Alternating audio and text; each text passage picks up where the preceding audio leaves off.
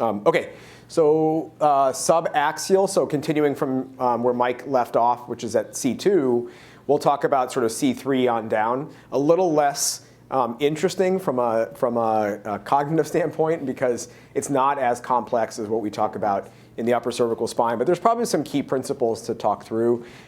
These are my disclosures. I do have a conflict with certain cervical instrumentation. I don't think any of them are in this, but if they are, I'll try to mention them so that we're clear on that. I think the three things we want to talk about really quickly here was posterior cervical instrumentation, subaxial. One is, again, anatomy. You'll see that common thread come up again and again and again, and we've got time in the lab to really hone in on that.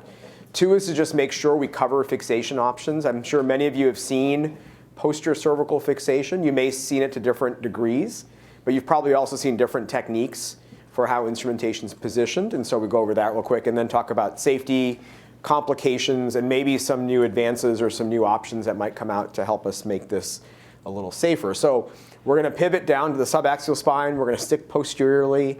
We're going to look at the bony anatomy predominantly, right? And we obviously start with the basic concepts of the spinous process, C2 to C7. I think tomorrow we'll talk a lot about muscle attachments and how to preserve muscle attachments. Certainly when Chris talks about laminoplasty, that's going to come up.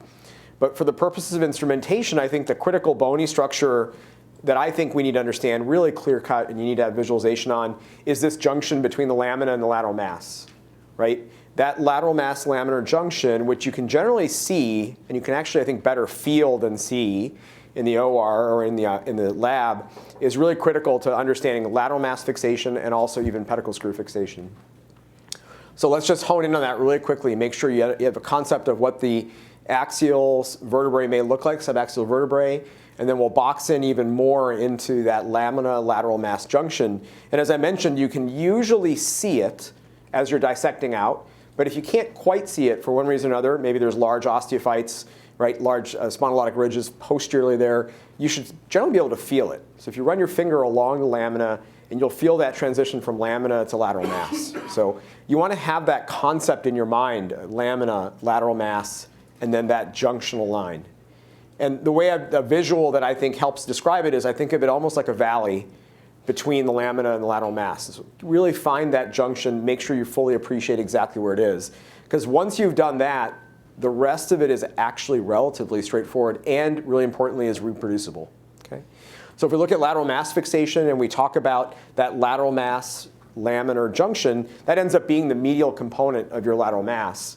Then it's a matter of identifying the lateral component, superior and inferior, which are relatively straightforward, and thinking about, okay, I've got this roughly shaped square to rectangle of lateral mass, and where am I going to start? Okay, the hardest part to reliably find is that spine, that valley, if you will.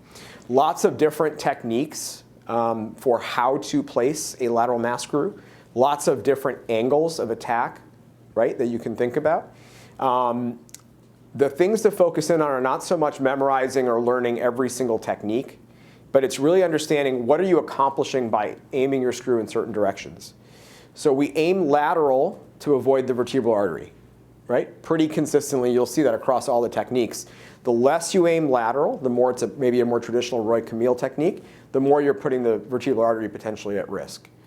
And this is important because you may have one technique that you go to, some modification of Magral, for example, but if you blow that screw, if you loosen that screw, if it comes out, you have to have a way to salvage it, right? So you want to have some backup options. But understand, you're aiming lateral to avoid the vertebral artery, and then you're aiming cranial to avoid the nerve. And I think where I see most of the struggles with lateral mass fixation is not aiming cranial enough, right? We're generally not using fluoro for these. I'm not using navigation or anything more advanced. So you are doing it with the eye. And again, you can, especially if you're doing a shorter construct and you're struggling with the paraspinal muscles, you may find that you're not aiming as cranial as you think, right? And it would be relatively easy to actually get into the neural foramen if your screws are long enough and you're not aiming cephalad enough. So aim lateral to avoid the vert, aim cranial to avoid the nerve, right? That's the continuous take home. We know lateral mass screws work well. They're segmental fixation. They are strong-ish, like as a singular screw, not so strong. As multiple screws in a connection, they can be quite strong. You can accomplish fairly good and really substantial deformity corrections with it, let alone just stabilization. Again, it's really consistent in placement. It's really safe technique. So I'm hoping, is anybody in the room here who's seen lateral mass screws, who's put them in as a resident, as a fellow? I think almost every hand went up, okay? So if you're not one of those ones that have seen it yet, I know we have a couple of fourth-year residents in the room, make sure you take the time tomorrow to spend putting these in, okay? Don't let us gloss over it if we just assume it's a given. So the next thing to talk about is cervical pedicle screw placement. How many folks in the room have put in cervical pedicle screws? Keep your hands way up high. Now, how about anywhere other than C7? Like who's put in C3, C4, C5, C6 pedicle screws? So still a fair number, okay? So that's a growing number. That number, I think, we would have seen 5, 6 years ago, probably very, very few hands up. So we're seeing a growth in that, which is interesting. If you think about the anatomy, again, it comes down to understanding where that laminar lateral mass junction is, and then also getting a bit of an idea as to where the proximal ridge of the segment is. If you look in a couple of good examples have been written about finding this starting point just a few millimeters below the articular surface of the lateral mass as a pretty reliable way of finding it. And then thinking about a fairly flat trajectory sagittally, but axially you're angling about 45 degrees in, which is a pretty steep angle. So you'll hear this described in a lot of literature as its proximal ridge, just again at the very, very a cranial end of the facet articulation, so sort of right by the base of the SAP. The challenge I face there is that very rarely do my patients look like they do on the left. They're usually like the ones on the right, where you've got a fair amount of spondylotic change. You've got osteophytic changes in the facet joints.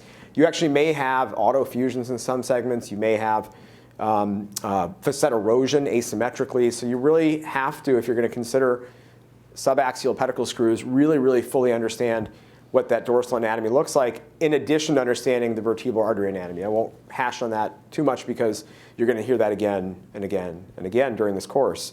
So understand all the local anatomy, and it could be a safe starting point.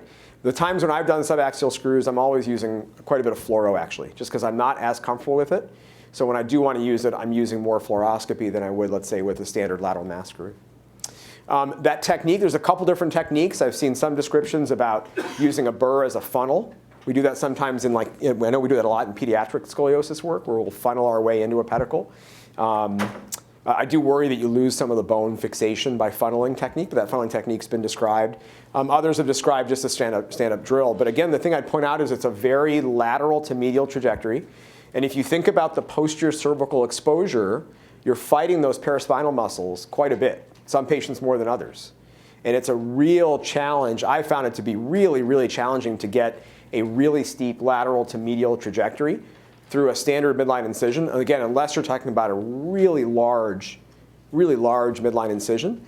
But even then, it can be a bit of a struggle. So keep that in mind. And remember, if you're not aiming medial enough, your screws are going to go lateral, and you're going to be near the vertebral artery. So when we look at cervical pedicle screws, there's segmental fixation. They are very strong, right? Cortical screw fixation, super strong. There's actually plenty in the literature that shows substantially stronger fixation compared to lateral mass screws. My feeling on them is that in general, they can be inconsistent. So your starting point's relatively inconsistent. Your angulation can be a bit inconsistent. And I think I still have a lot of concerns about safety if we talk about the routine use of subaxial cervical pedicle screws, with the main concern, again, being vertebral artery injury, with reported perforation rates varying quite a bit, anywhere from 2% of symptomatic to maybe even up to 5 to 10% asymptomatic vertebral artery perforations or injuries. So there may be ways to make it safer, and I think this will be a fun thing to talk about as we move forward in the discussion. Obviously, there's the option of doing laminoforamectomies at each level, just like Mike had talked about feeling the pedicle at C2. You can do a laminoforamectomy, relatively wide, probably take off about a medial half of the facet, but feel the pedicle and then use that as a way to line up your starting point and your trajectory. So that's one safe way to do it. I mentioned using fluoro. There's at least one company using templates, but I don't have experience with this one myself. And then there is some work being done, and I think you'll see this quite a bit in the next few years around navigation. As we see more navigation being utilized for posterior cervical surgery, I think we want to consider this as a potential opportunity to find a way to more safely place cervical pedicle screw fixation. The challenge that I think you have to think about, that this is what gives me a lot of pause when thinking about navigation, is the margin of error, right? The navigation systems from the FDA standpoint, there's a relatively known acceptable error rate of somewhere around 1.5 to 2 millimeters. So you can be, if you're less than 2 millimeters of inaccuracy, it's okay. And in the cervical pedicle screws, I just don't think we have that window of freedom. And then remember, there's also incremental error on top of this, and the QR code here is linked to the journal article that looked at error rates or movement rates, if you will, just with respiration. So with respiration, you'll see anywhere from 2 to 4 millimeters of additional deflection relative to what's being, quote unquote, shown to you by the navigation system. So between the 2 millimeters of accuracy, 2 to 4 millimeters of respiratory margin of error, you're potentially up to 6 millimeters of error when counting it reliably upon, counting on navigation alone. And again, I just don't think that works in the upper cervical spine, in the subaxial spine, as much as we'd like it to work, right? I think you have some more freedom in the lumbar spine. So takeaways, really understand that lateral mass, laminar anatomy. For me, lateral mass fixation remains my primary choice for fixation. And again, think about that vertebral artery. Thanks.